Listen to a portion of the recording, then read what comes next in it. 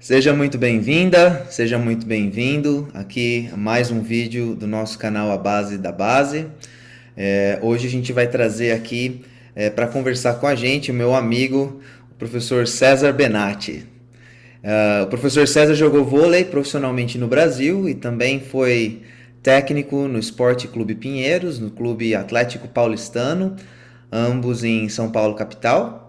E também foi técnico universitário antes de vir para os Estados Unidos. Aqui nos Estados Unidos, ele trabalhou no famoso Western Nebraska Community College, com 3 Region Championships e um título nacional da NJCAA em 2010. Em 2012, o César retorna para o Brasil e integra a comissão técnica do programa de voleibol do Ibirapuera, antes de se mudar definitivamente para os Estados Unidos. Há 8 anos, ele é membro do staff técnico do programa de voleibol da CSUB, California State University, em Bakersfield, membro da famosa Big West Conference. Em 2016, ele foi nomeado head coach do programa de beach volleyball na mesma universidade. Com os Roadrunners de Bakersfield, o César detém 2 títulos da Western Athletic Conference e 2 aparições na NCAA Tournament, além de muitos Big Western Nods e Academic All-Conference Honors. Além da sua carreira como treinador universitário, o César também está à frente do perfil César Feijão Benatti no Instagram, em que oferece excelentes dicas para os professores e treinadores de voleibol, além dos seus cursos técnico de voleibol nos Estados Unidos, os pilares para a construção de um sonho, e também os 8 pilares da liderança. César, meu amigo, meu querido, muito obrigado por você aceitar o nosso convite de vir trocar uma ideia aqui com a gente hoje. E para a gente começar, eu queria perguntar para você como é que surgiu a ideia do seu canal, do seu perfil no Instagram, essa ideia de compartilhar os seus conhecimentos com os professores e treinadores de voleibol, e também fala um pouquinho para a gente sobre os seus cursos. Mais uma vez, seja bem-vindo. Fala, meu grande amigo Peter. Cara, muito obrigado pelo convite.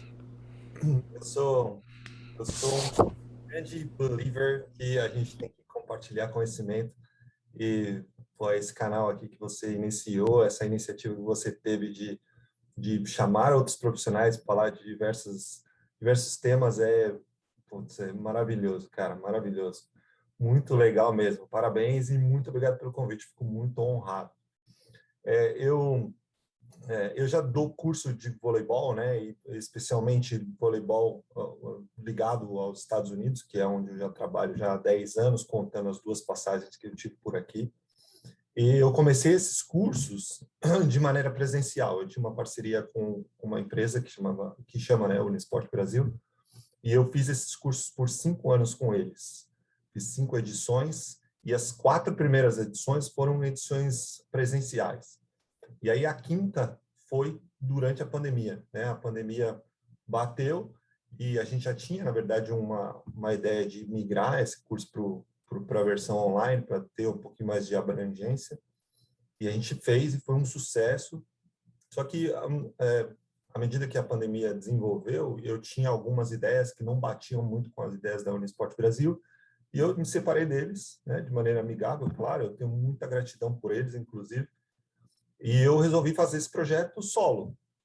Estudei muito sobre marketing digital, fiz uma parceria com um amigo meu que tem uma empresa mesmo que faz o desenvolvimento de experts na área de marketing digital e iniciei esse canal, que é basicamente um canal que é distribuição de conhecimento através das mídias sociais, principalmente Instagram. E eu falo especificamente de voleibol nos Estados Unidos e tudo que está ligado à realidade daqui, não só dentro da quadra, mas extra-quadra, a parte de liderança, eu adoro falar sobre liderança, eu estudo muito sobre liderança, então eu também acho que dentro da vida de um técnico de voleibol, não só a parte técnica é importante, mas a parte de desenvolvimento pessoal, de liderança é extremamente importante também. Então eu falo dessas duas coisas, né? Tanto que uma era bônus, né? A palestra sobre liderança era um bônus do meu curso e agora é um projeto totalmente separado. Então foi por isso. E o grande o drive para mim é compartilhar conhecimento, fazer com que todo mundo cresça, que é exatamente o que você faz também. Eu sei do seu curso que você tem lá com o Talmo, agora esse canal e tantas outras postagens que nós fazemos, né, nas nossas mídias sociais, que levam conhecimento para as pessoas e fazem com que as pessoas se desenvolvam, não só como profissionais, mas como pessoas também. Acho que é super, super importante e louvável esse tipo de iniciativa. Esse é um pouquinho aí da minha história como palestrante. É interessante que você, nas suas postagens, você sempre traz muito a questão da liderança e que é justamente, né, sobre isso que nós vamos conversar um pouquinho hoje, né? No meu caso, um dos meus primeiros contatos, vamos dizer assim, pós-faculdade, com os conceitos de liderança, especialmente no esporte, foi quando eu li pela primeira vez o livro do Bernardo, Transformando Suor em Ouro, e eu fiquei impressionado com a liderança do Bernardo com a seleção mais vitoriosa da história que a gente teve, né, no voleibol masculino. E lá, lendo o Bernardo, ele traz muitos outros autores e foi quando eu tive o primeiro contato com os conhecimentos do coach John Wooden, que todo mundo que trabalha com esporte, especialmente aqui nos Estados Unidos, já ouviu falar, e aqui já vai uma dica de leitura minha para o pessoal, tudo do John Wooden, pode ler tudo, mas eu vou deixar mais para você falar sobre esse assunto, né? E aí, depois que o Bernardo, né, teve essa ascensão com a seleção masculina de vôlei, a gente vê o Bernardo falando no meio esportivo, no meio empresarial, essa questão da liderança que está muito presente, obviamente no meio esportivo e no meio empresarial, mas em qualquer lugar em que a gente tenha equipes trabalhando na busca de um objetivo comum, né? Então, para você, César, o que é ser um líder de uma forma geral, né? E depois trazendo isso para o universo do esporte, o que é ser um líder no esporte? E aí, trazendo para o contexto do nosso canal, né? Como que se relaciona essa questão de esporte, liderança e educação? Sim. Eu até, quando eu estava me preparando para a sua palestra, cara, comecei a pensar, eu falei, nossa, cara, quanta coisa, quantas direções diferentes a gente pode ir, né? Então, cara, para mim, liderança, primeiro a etnia da palavra liderança é guiar, né? Se você for procurar a etnia mesmo da palavra, significa guiar ou ir na frente, né? Então, do inglês lead, que encaminha para, né? E para mim, cara, liderança é sobre inspirar pessoas. Você guiar as pessoas àquilo que te inspira e fazer com que aquelas pessoas tenham um resultado, seja ele qual for, através dos seus ensinamentos, através dos seus exemplos, né? E, cara, no esporte, na educação, é, tem tudo a ver. É uma coisa não anda sem a outra, né? Se você for pensar em esporte, educação, liderança, cara, os três têm como centro o ser humano, né? Que é o centro principal dessa nossa discussão. Os três têm objetivos o grande objetivo de tornar o ser humano melhor, né? Os três empoderam as pessoas, os três libertam as pessoas, e os três têm uma grande interdependência. Cara, você citou o Bernardinho é um grande exemplo de uma pessoa que saiu do meio esportivo e transcendeu para outras áreas e ensinou muitas pessoas o que o esporte, né? Ensinou de uma maneira, vamos dizer assim, profissional, empresarial, né? Transcendeu os ensinamentos da quadra para outras áreas e ele faz isso muito bem. E eu tenho ele como um grande exemplo da minha vida, né? Esse cara, ele pega os exemplos do esporte e transforma e leva esses exemplos para todas as pessoas que trabalham com ele, nos empreendimentos que ele tem, os alunos que ele tem na área acadêmica também. E também traz outros exemplos da área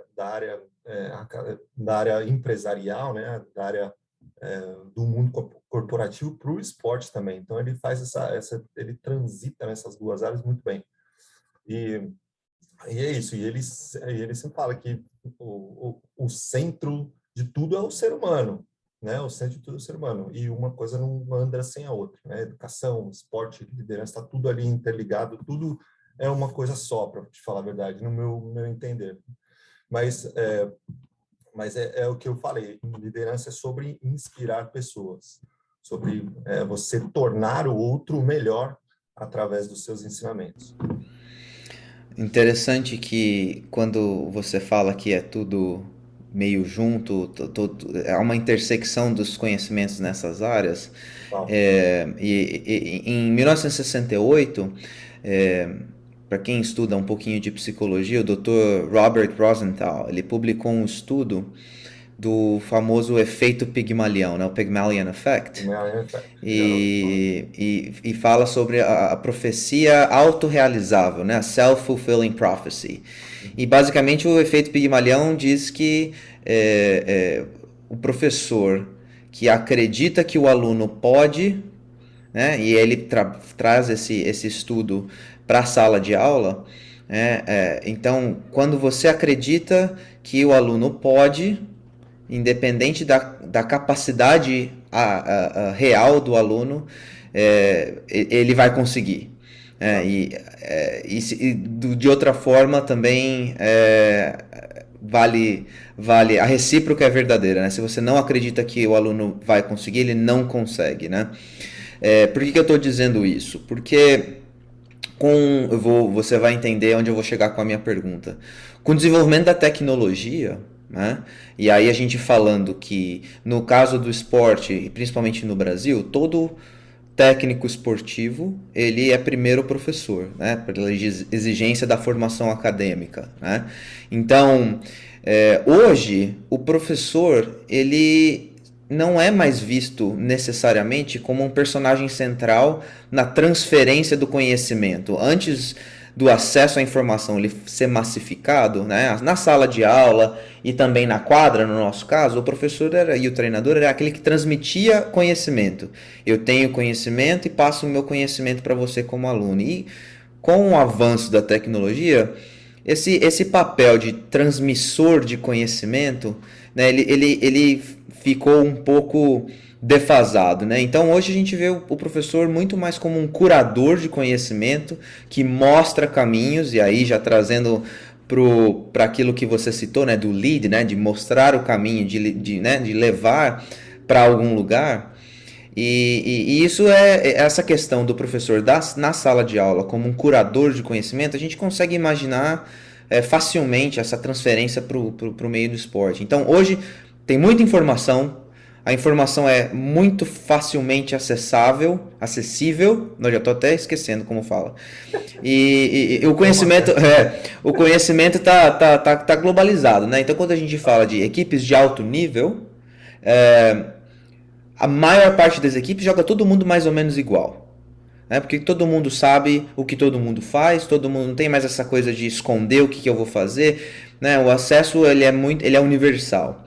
Mas quando a gente vem para o esporte universitário americano, e quem tem contato com o esporte universitário, a gente vê que ainda há uma variedade muito grande nas maneiras de se jogar, né?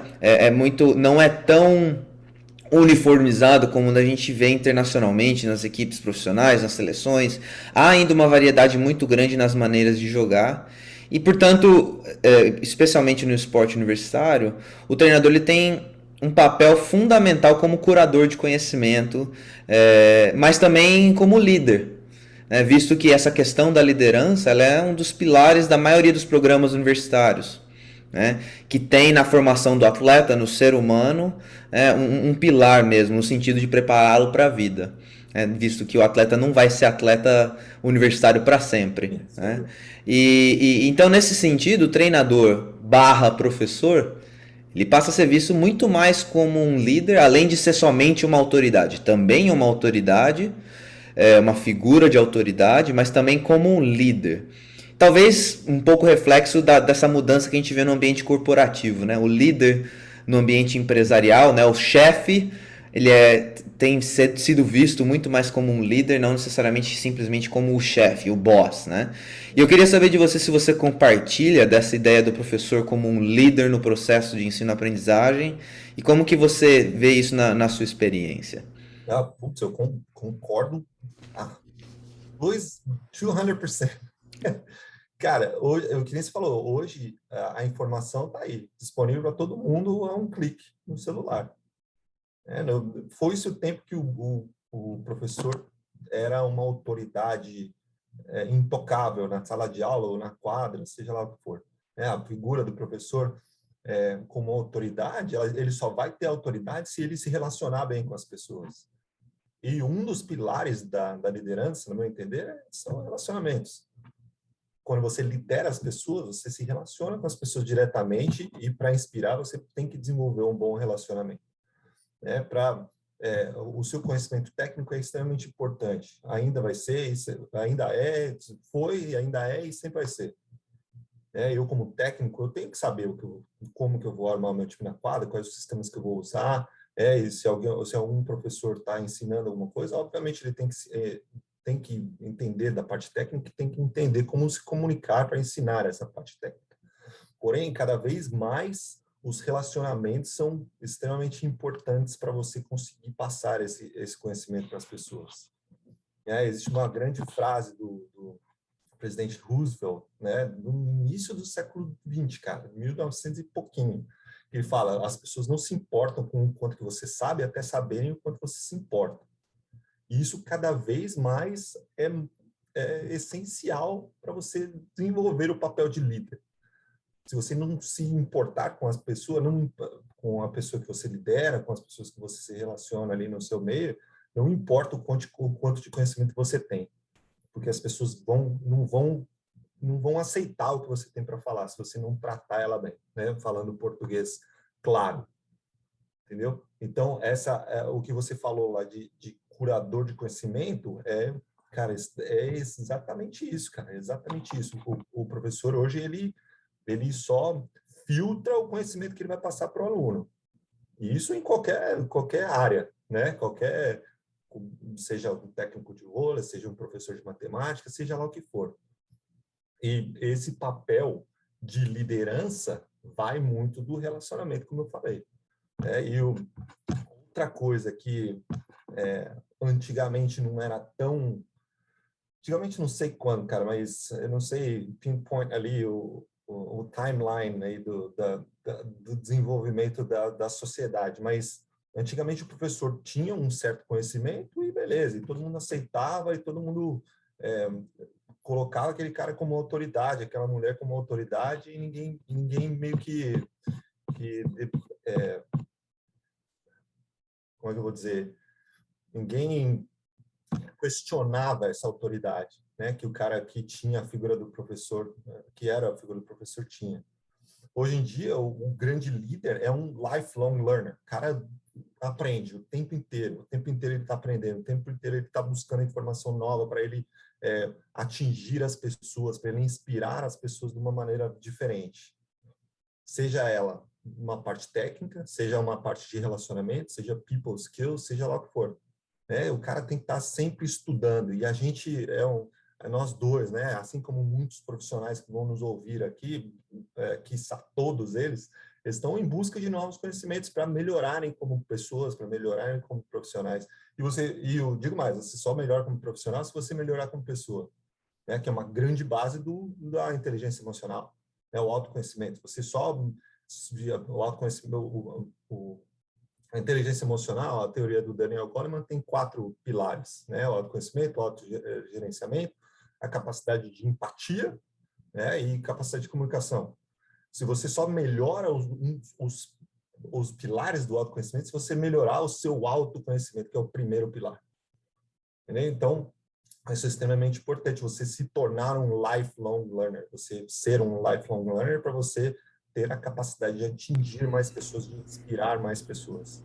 Que, de novo, e eu vou falar disso, né? Os fundamentos, lá, os pilares da liderança que eu falo na minha palestra, um grande pilar são os relacionamentos pessoais. Como você chega na pessoa que está te ouvindo. né? Qual É, maneira que você se relaciona com ela, não só como, uhum, qual é o conteúdo que você vai passar para ela, mas principalmente como que você vai uhum, chegar nela. uhum. Interessante que você fala dessa questão do autoconhecimento e o professor Mário Sérgio Cortella, o Leandro Carnal no Brasil, eles falam o seguinte, que quando você se torna professor, e aí agora eu vou utilizar o seu público de atletas como exemplo, né? Você é professor, então no seu primeiro ano como técnico universitário, suas atletas, né, tinham entre 17 e 21 anos, né? Por volta de 17, 21, 18, 22, mais ou menos por aí, né? No seu segundo ano como treinador, suas atletas tinham entre 17 e 22 anos. No seu quinto ano como treinador, suas atletas tinham entre 17 e 22 anos.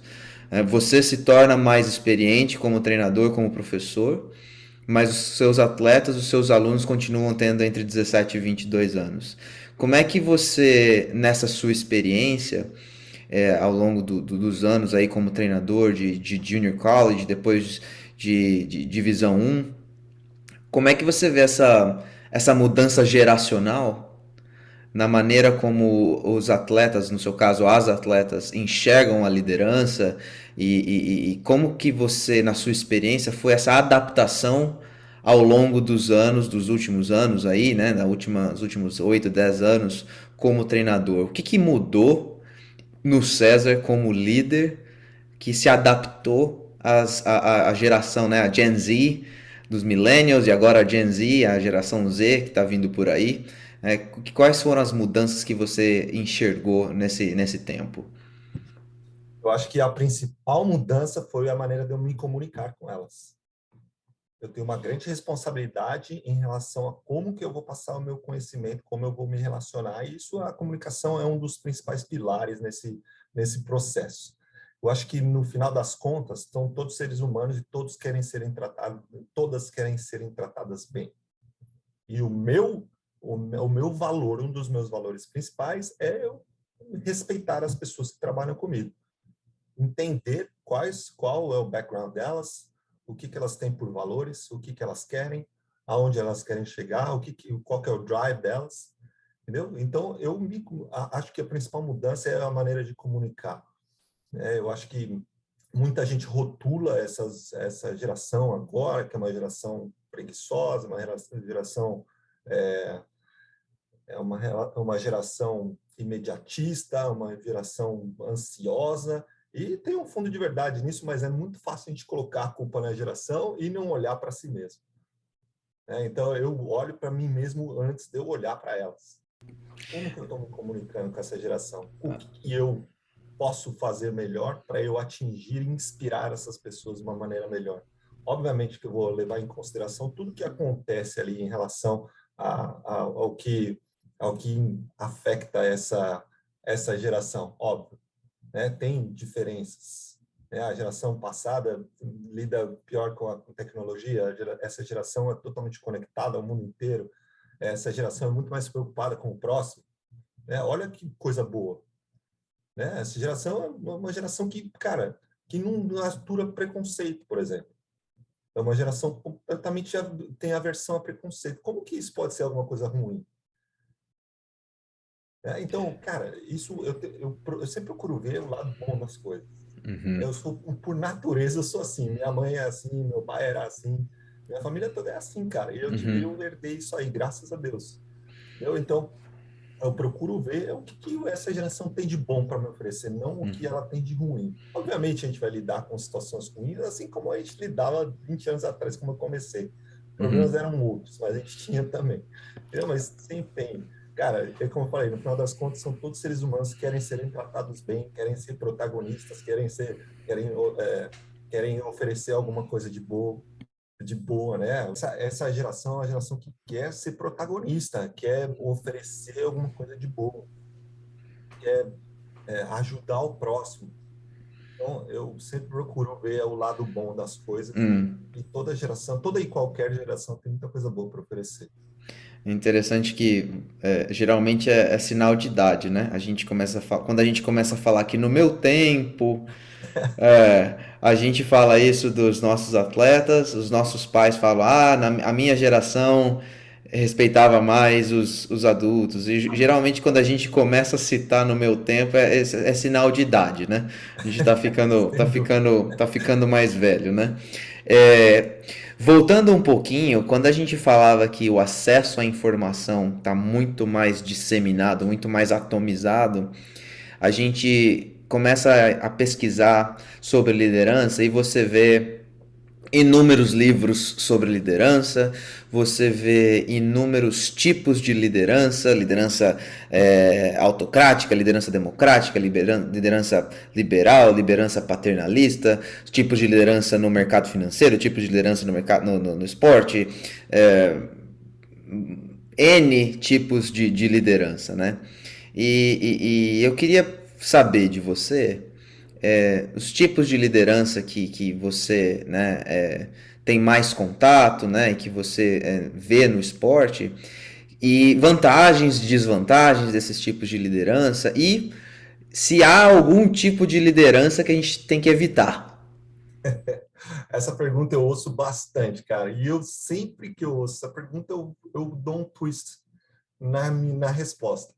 Eu procuro, o material que eu escrevi não é em cima de tipos de liderança, é em cima de fundamentos da liderança. Por isso que eu chamo de pilares, né? Os oito pilares da liderança.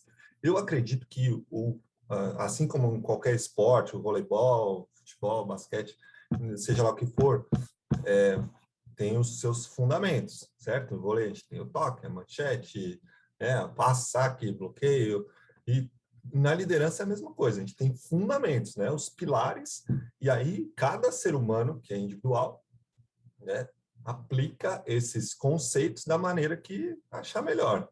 Eu acredito muito nisso, eu acredito muito na liberdade individual. Obviamente que cada indivíduo vai transitar para um tipo de liderança que já está estudado, já está catalogado lá, né, em muitos estudos, mas eu acredito que os fundamentos da liderança são mais importantes do que cada tipo como você aplica.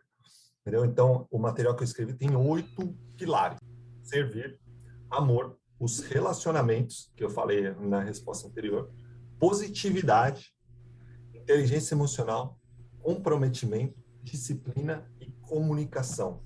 Então, esses pilares, se você entender, assim como um bom jogador de vôlei entende, domina os fundamentos, a gente pode aplicar esses conceitos, né, esses fundamentos, esses pilares em qualquer área da maneira que você achar por bem aplicar. Obviamente tem limites éticos, tem limites legais que você tem que respeitar, né, obviamente, mas como eu disse lá, liderança é sobre inspirar pessoas. E se você dominar esses fundamentos, se você aplicar esses fundamentos em você mesmo, se você souber comunicar esses fundamentos para as outras pessoas, você vai se tornar um grande líder. E isso funciona de uma forma muito natural. Como eu falei lá, relacionamentos. Pô, se relacionar muito bem com as pessoas, você vai estar liderando. Você se comunicar bem, você está liderando. Você servir as pessoas, você está liderando. Se você for disciplinado e passar isso para as pessoas, você está liderando. Se você tiver inteligência emocional, se você dominar as suas emoções, você está liderando. Se você for comprometido, se você tiver um comprometimento bacana com aquilo que você faz, com alguma causa que você defende, você está liderando.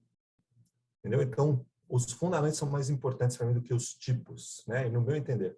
E aí, obviamente, como eu falei, você vai transitar ali por algum tipo específico de líder, né? Você vai se tornar um líder algo mais autocrático, um líder mais distribuidor de poder, e aí assim por diante. É interessante que você diz, né? Não há receita de bolo, mas há conceitos e pilares que podem ser identificados em vários tipos de liderança, e essa questão de se rotular o tipo de líder não se torna tão importante quanto a essência da liderança, né? É como se fosse um jogo de voleibol. Você domina os fundamentos, só que você pode jogar o jogo de centenas de formas. E você pode ganhar de centenas de formas diferentes. Isso, Então, a isso aplicabilidade é Isso Vai expande o horizonte para além daquela etiqueta do líder autocrático, líder democrático. exatamente. É, não dá para ser um líder democrático o tempo todo, não dá para ser um líder autocrático o tempo todo, né? Você tendo a ideia dos fundamentos, você pode moldar a sua liderança de acordo com a necessidade, né? Eu vou trazer dois exemplos para a gente seguir nossa conversa. Eu vou trazer dois exemplos do mais alto nível que já vi de líderes. Um é o Giba, né? E aí todo mundo se lembra da liderança do Giba, né? Uma liderança bastante visível do ponto de vista da expressão corporal dele, né? Da maneira como ele falava, como ele interagia com os companheiros. E o outro exemplo fantástico de liderança em alto nível foi a imortal Fofão, né? No silêncio, numa liderança mais contida ali, ela claramente tinha a seleção brasileira na mão. Né? E aí a gente tem outros líderes mundo afora, né? O Kurt Kearley na seleção americana enquanto jogava e hoje como técnico da seleção feminina, um líder fantástico. E lá do outro lado do mundo, Karpol na Rússia com uma liderança muito diferente do que a gente está acostumado aqui no Ocidente.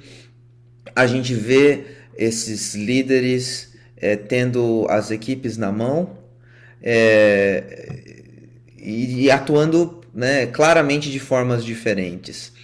E aí a minha questão para você é assim, olha, considerando esses tipos de personalidade mesmo e a maneira como essas pessoas se lideraram, e considerando que no caso do nosso esporte, o vôlei, como um esporte altamente mental, considerando, por exemplo, as habilidades no esporte, né, o skill, compostos de três pilares básicos. Né? Então, para eu ser bom em determinado skill, eu preciso ler o que está acontecendo na situação. Né? Eu estou lá jogando. Né?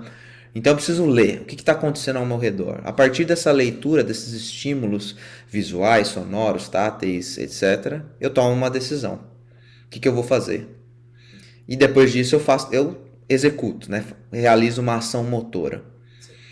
Então, pelo menos 2/3 de todo skill, eles são 100% cognitivos, estão aqui, né? E vamos até dizer que na parte da execução motora eu tenho o planejamento motor, que também está no campo da cognição. Então vamos dizer que pelo menos 2/3, mas com certeza mais do que 2/3 de um skill, de uma habilidade, eles são cognitivos. E aí a gente já sabe também que os estados mentais e emocionais, eles influenciam a nossa cognição de forma direta e, consequentemente, a nossa ação motora. Então, quem não sabe nada de esporte só enxerga a execução do atleta, né? O que o atleta está executando, mas tem muita coisa e a maior parte é mental. Então, trazendo essas duas coisas juntas, né, os tipos de personalidade, considerando que o jogo em si, no nosso caso, vamos puxar a sardinha para o nosso esporte agora, é mental, muito mais mental do que físico, embora a única coisa que a gente enxergue com os nossos olhos seja a execução motora.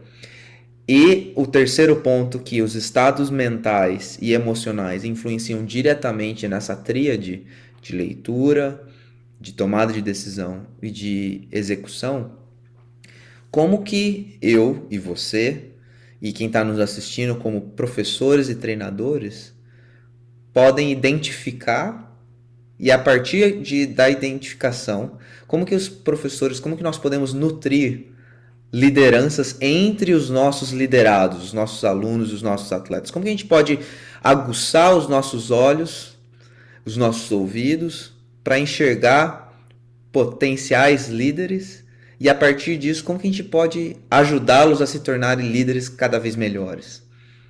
Cara, de novo, eu vou recorrer aos fundamentos da liderança. De novo, é ensinar os fundamentos. Assim como quando você ensina os fundamentos do jogo, você masteriza o que o aluno vai fazer dentro de quadra, a mesma coisa ocorre em relação à liderança. Você ensinar esses conceitos que eu falei, né, esses 8 pilares, e tudo que transita ali nesse assunto, né, dos pilares, você vai ensinar as pessoas a se relacionarem melhor com outras pessoas e assim ter influência sobre elas, né? E obviamente você quer uma influência positiva, certo?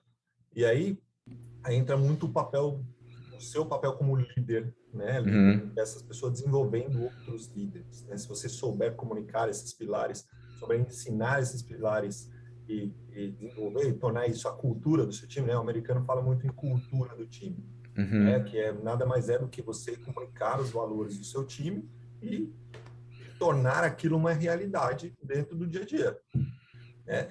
E aí você vai fazer essas pessoas entendendo esses conceitos, elas naturalmente vão se tornar líderes. Obviamente você vai ter pessoas que se destacam, que entendem esses pilares mais rapidamente e têm uma influência maior ali sobre os membros do time. Aí vai o seu papel de guiá-los, né, de lead eles, para que eles consigam passar essa informação para outras pessoas e influenciando essas outras pessoas através desses conceitos, desses pilares. Uma vez que você tem pessoas dentro do seu ecossistema difundindo essas informações e difundindo essas atitudes, principalmente, né? Porque liderança é sobre atitude, não é sobre habilidade. É como você actually put in action, né? Como você realmente aplica ali no seu dia a dia, tendo atitudes, tendo comportamentos que vão ditar a cultura do seu time. E isso começa do topo. Liderança sempre começa do topo. Se você não aplicar os pilares em você mesmo, como líder, como técnico do time, no nosso caso, você Uhum. nunca vai ter pessoas que vão seguir o seu exemplo e vão difundir essa cultura no time. Entendeu? Então, de novo, é sempre ali no conceito, cara, sempre ali no fundamento do negócio, que vai fazer com que o seu time construa essa cultura ali no dia a dia. E não é um processo que acontece de uma noite para outra. Você não vai ter uma cultura no seu time de uma semana para outra. É um trabalho de formiguinha que você tem que fazer todo santo dia e inspirar as pessoas constantemente. Esse Uhum. processo, eu costumo falar que liderança é um processo que não tem linha de chegada.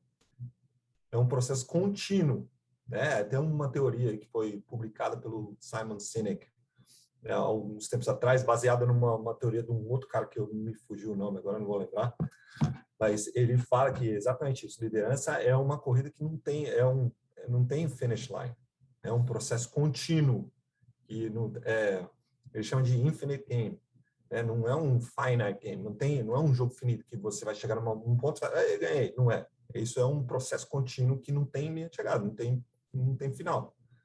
E, como você falou, aí vai mudando as pessoas, mudando as gerações, e quanto mais você disseminar esses conceitos, mais influenciar as pessoas para disseminarem esses conceitos também, mais você solidifica a sua cultura.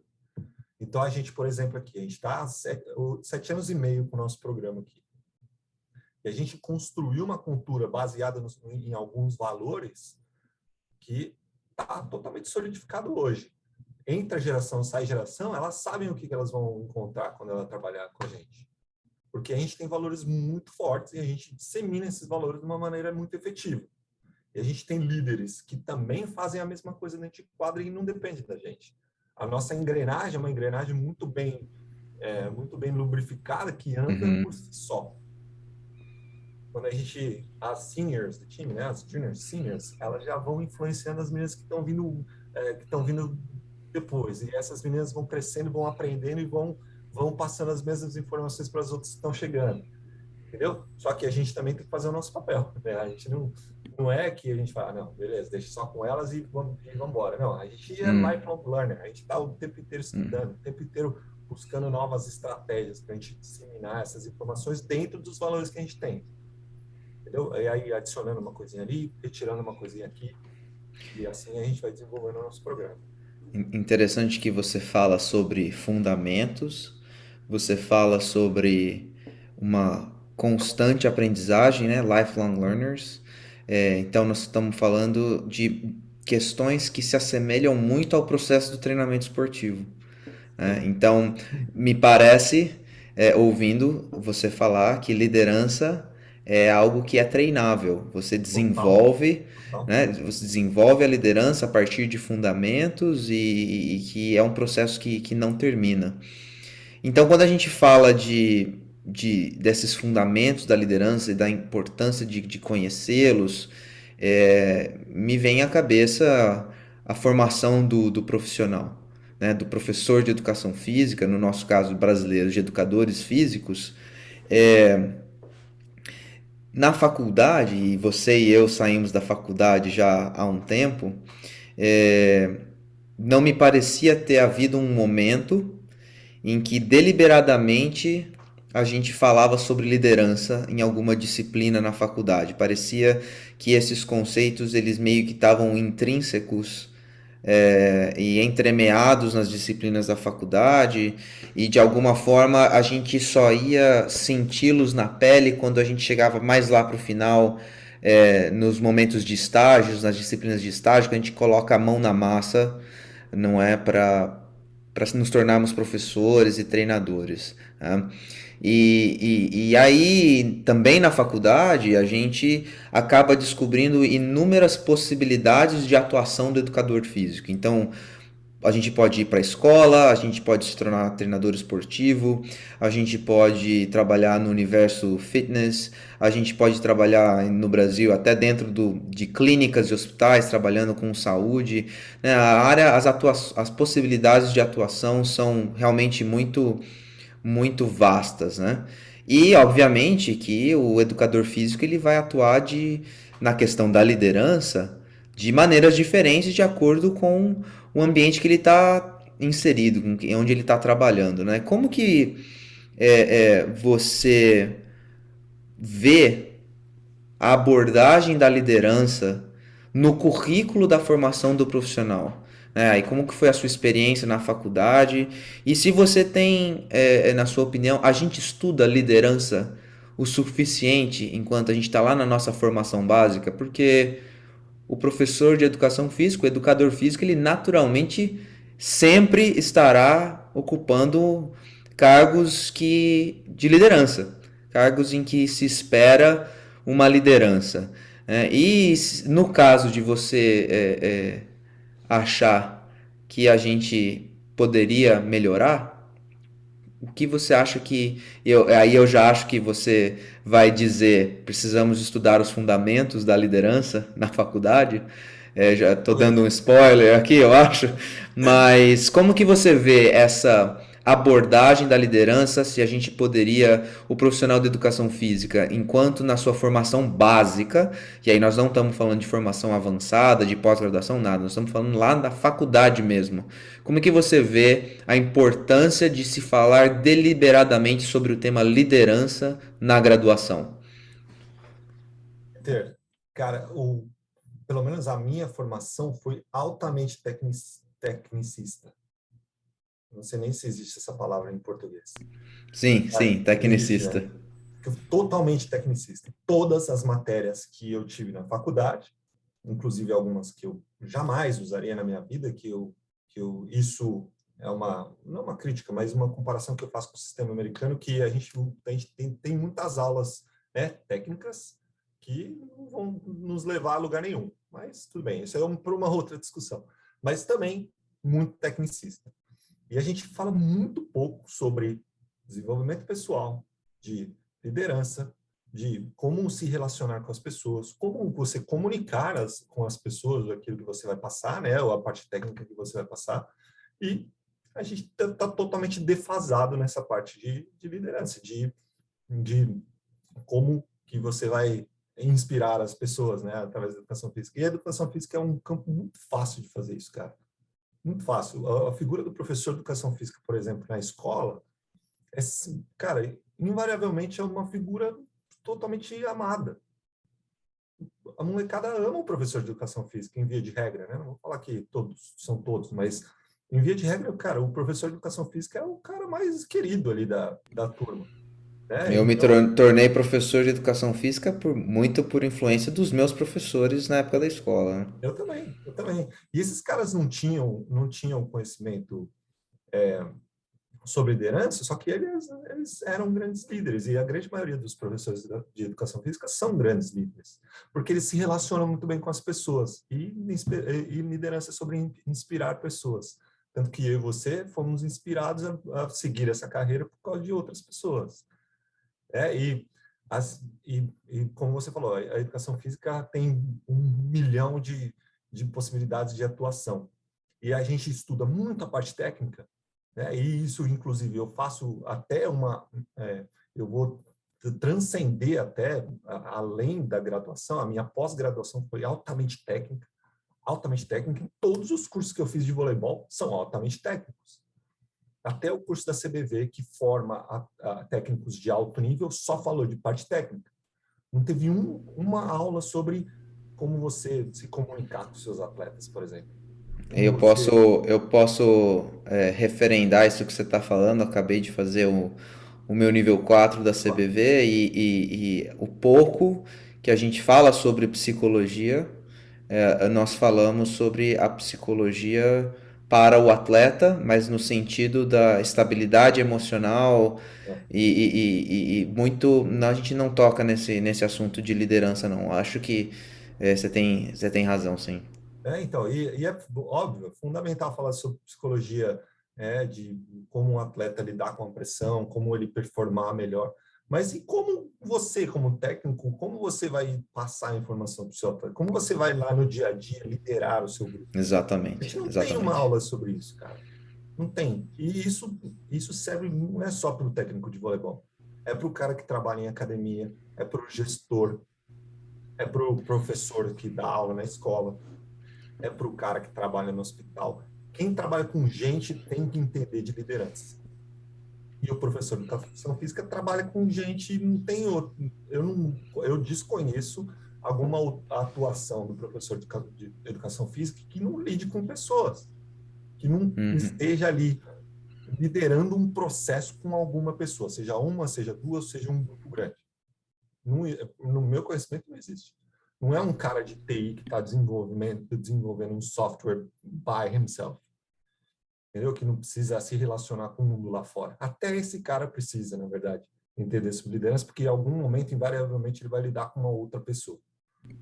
Entendeu? Então, o professor de educação física tem que entender sobre liderança, seja da maneira básica. E aí eu vou puxar a sardinha para o meu lado, né? Que nem você falou, fala dos fundamentos da liderança, que eu acho que é importante você entender para você poder liderar.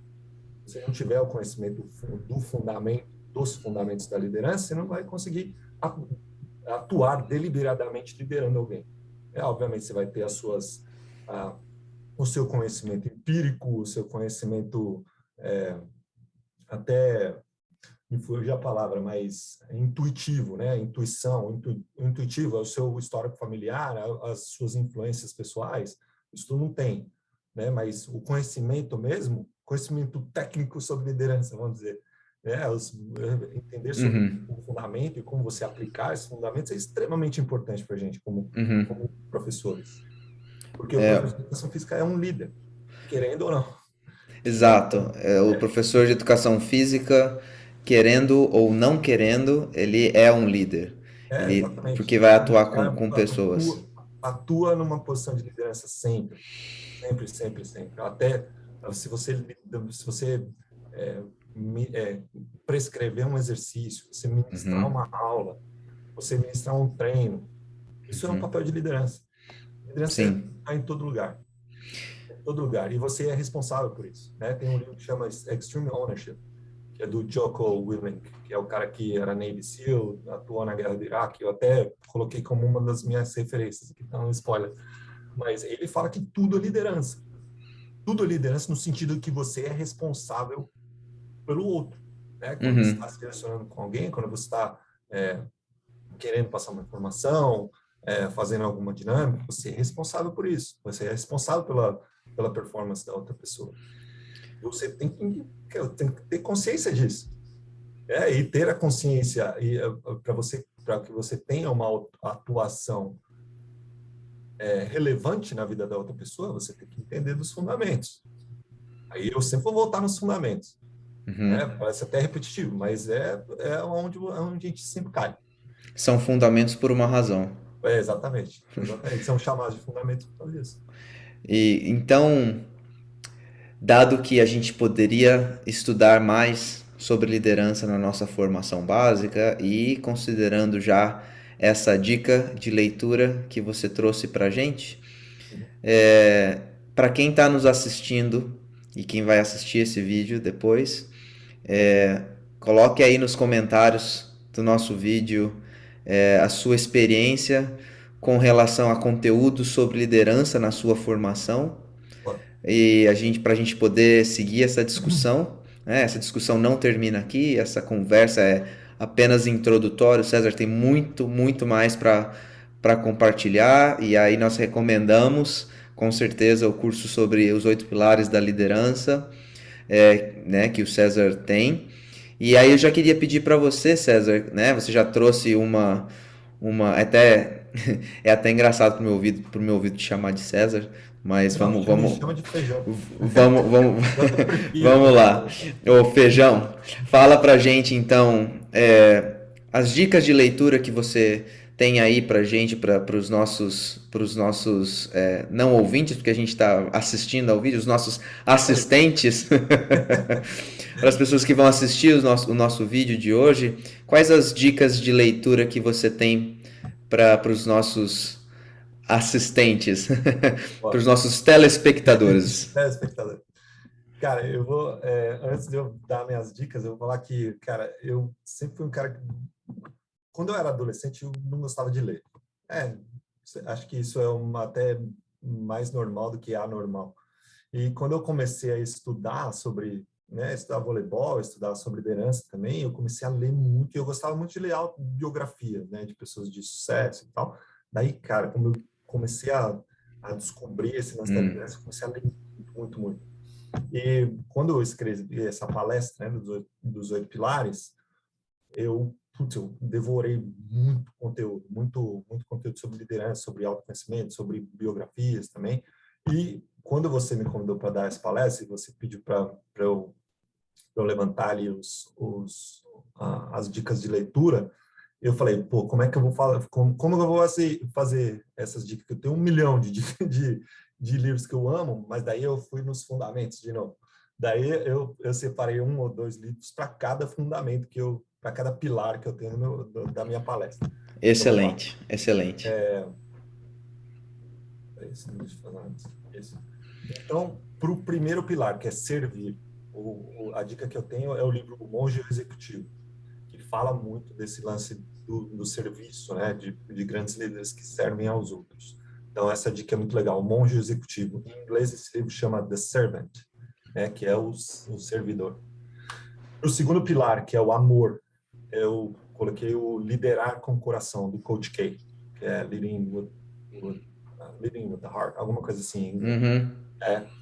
Muito bom também. Ele fala do programa ele é técnico da Duke University, e ele fala muito desse lance do amor, né? O amor que ele tem pelo programa, o amor que ele tem pelos atletas, pelos estudantes atletas dele e tudo mais, né? Então, é um cara que rejeitou muitas propostas da NBA, propostas milionárias, aí ainda está no meio universitário aqui. Não que ele ganhe mal, mas ele não aceitou muitas propostas da NBA.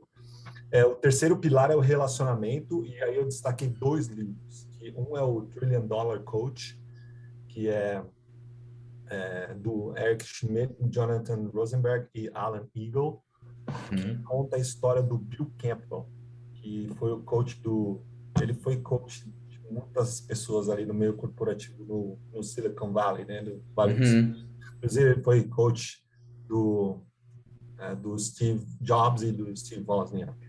Então, esse cara que guiou ali o nascimento da Apple, foi coach do cara da Google, uma porrada de gente ali no Vale do Silício. E também o 11 Anéis, do Phil Jackson, que é muito ensino de relacionamentos, como ele liderou os times dele, né, do Chicago Bulls da era do Jordan e do Lakers da era do Kobe Bryant e Aquele O'Neill, ele fala muito de relacionamentos, é muito legal esse livro. E o Phil Jackson com um estilo bem peculiar de Cara, liderança, né? totalmente Bem zen, um cara que, porra, ele até vai buscar coisas transcendentais lá da tribo, que isso. a família dele é originária lá em, acho que é North Dakota, acho, Dakota do Norte. Então, indo para o próximo pilar, que é a positividade. Eu destaco dois livros também. Um é o No Complaining Rule, que é do John Gordon, que é o meu livro preferido de todos os tempos. Acho que está no meu top 1 lá. É o meu livro de cabeceira, que, cara, ele conta uma história fictícia sobre uma moça que trabalha numa empresa e a empresa está indo mal e ela, no final das contas, ela descobre que o problema da empresa era a falta de positividade. E ela vira o jogo ali através de dinâmicas de positividade que são muito interessantes. Esse livro é muito bom, cara. E o outro livro que eu destaco sobre positividade é o Happiness Advantage, do Sean Arthur, que em português chama O Jeito Harvard de Ser Feliz. Esse livro é espetacular, cara. É uma teoria mesmo do professor de Harvard, do Sean Arthur, e ele destaca que o básico do livro é a felicidade é um meio e não um objetivo. Para você ter resultados, você precisa ter a felicidade, não o contrário, entendeu? Ele é o Se não me resultado. engano, durante a pandemia, a Harvard University, eles liberaram esse curso de extensão. Eles fizeram um curso de Né? extensão online, de graça, sobre o jeito Harvard de ser feliz. Putz, é espetacular. Vale muito a pena, vale muito a pena. Eu fiz um curso semelhante na Columbia University sobre felicidade. Para quem nos assiste, é 100% com base em evidências científicas. Evidência científica. Não é nada. É, não Não é é, bobeira, né? Não é bobeira. exatamente. É tudo baseado em estudos que foram feitos por docentes altamente especializados das melhores universidades dos Estados Unidos. Até ele não é o lance da Urrulândia, né? Tem um amigo meu, Flávio Marinho, eu acho que você já até Ô, ouviu ele falar. Flávio, O Flávio Marinho é opa! meu mentor, cara que me ensina tudo sobre inteligência emocional, sobre autoconhecimento. Ele sempre fala, né? O meu curso, e ele tem um curso também, né? E ele fala, o meu curso não é da Urrulândia, né? Que é aquele, uhul, o cara que vai fazer aqueles treinos de coaching que sai falando uhul, depois de 2 dias ele já esquece tudo, já cai no esquecimento. Não, são coisas profundas e, como você falou, baseado em evidências científicas. E aí, o próximo pilar é inteligência emocional. Então, eu destaco dois livros também, que é o Inteligência Emocional, que é o livro que deu origem, não origem, mas que foi publicado primeiramente pelo Daniel Goleman, que fala da teoria da inteligência emocional. Foi publicado em 1995. E aí ele fala dos fundamentos mesmo da inteligência emocional, bem interessante. E o livro Mindset, da Carol Dweck, que eu até recomendei para você, eu acho que você leu, né? Que Já estou é terminando de lê-lo. É maravilhoso. espetacular, muito bom. Que é a diferença entre mindset fixo e mindset de crescimento. Muito, muito bom, cara, muito bom. Um livro de autoconhecimento muito legal. O próximo pilar é o comprometimento, e aí eu destaco dois livros também, que é o Legado, que em inglês chama Legacy, né? Que é a história, na verdade, é um jornalista que foi estudar a dinâmica de liderança do All Blacks, que é o time de rugby da Nova Zelândia. E ele catalogou tudo que os caras fazem. É espetacular. Esse livro é muito bom. Para quem quer. Cara, um livro de liderança que eu falaria assim: se for começar com algum livro, comece com esse. Que é muito legal. Os caras, ele disseca tudo que os caras fazem e, pô, justifica o quanto que eles ganham, né? Maravilhoso. E um outro é o Extreme Ownership, sobre comprometimento também, que é o livro que eu citei agora há pouco, que fala do lance da autorresponsabilidade, né?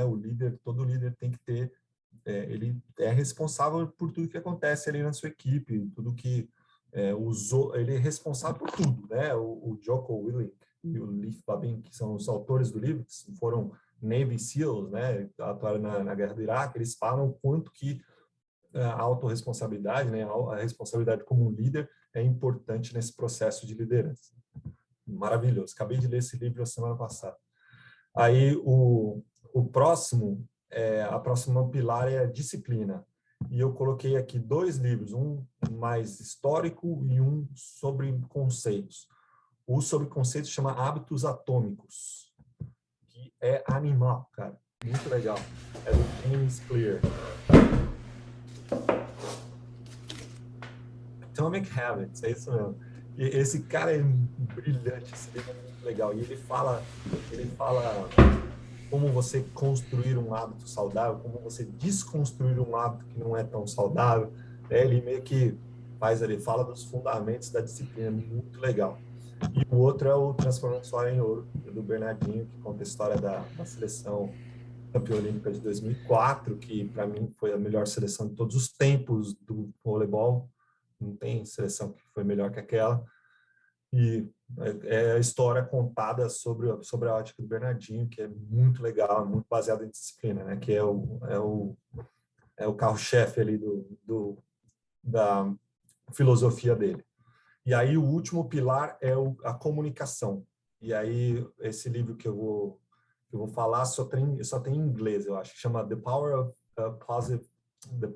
Positive Leadership, que é do John Gordon também, que é aquele do mesmo autor do No Complaining Rule, que ele fala muito de comunicação positiva, como você liderar o seu time de uma forma, sobre o olhar da positividade mesmo. Muito, muito interessante.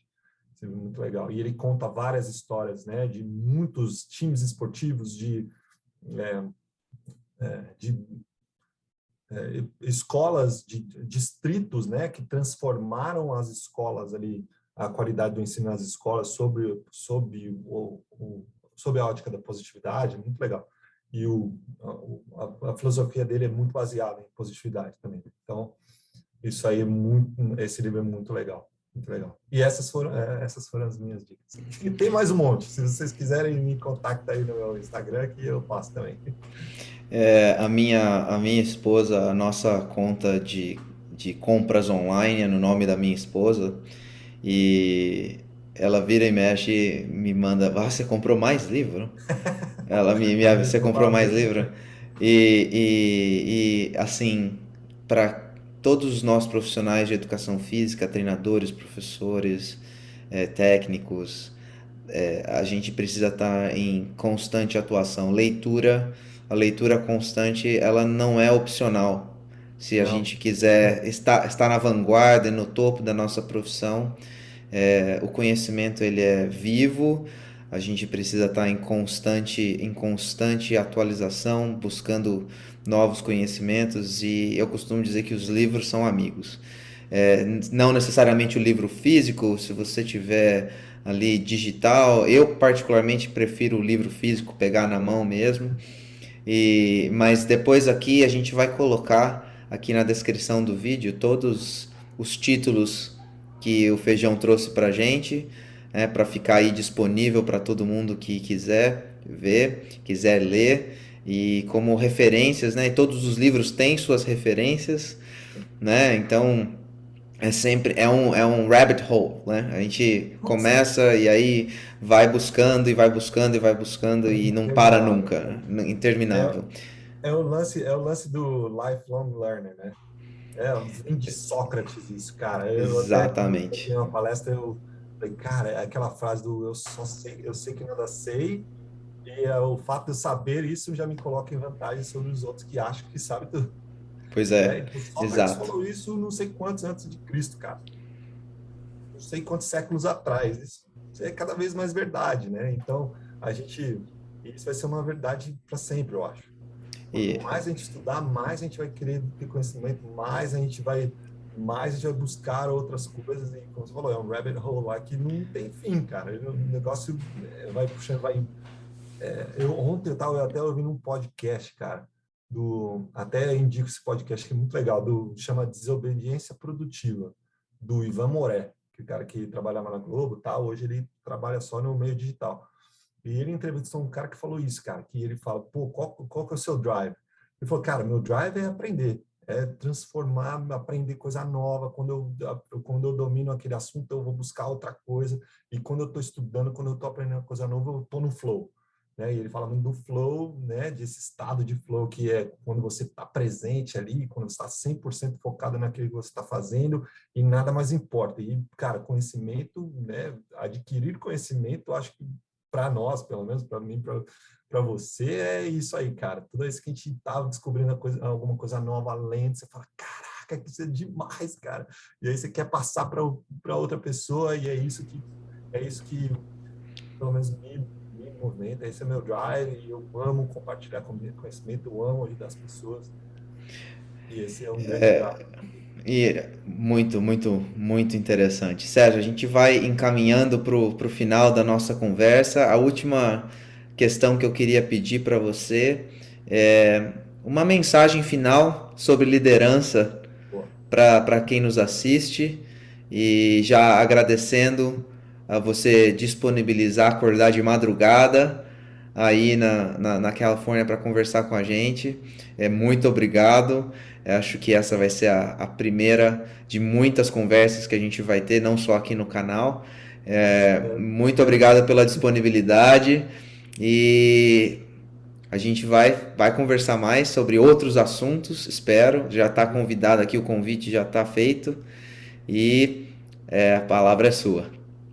Cara, eu tenho duas mensagens que eu gosto muito de falar, sempre que eu dou os meus cursos e eu falo da minha palestra, tem duas frases que eu sempre destaco. A primeira eu já falei, que é: não importa o quanto as pessoas não se importam com o quanto você sabe, até saberem o quanto você se importa.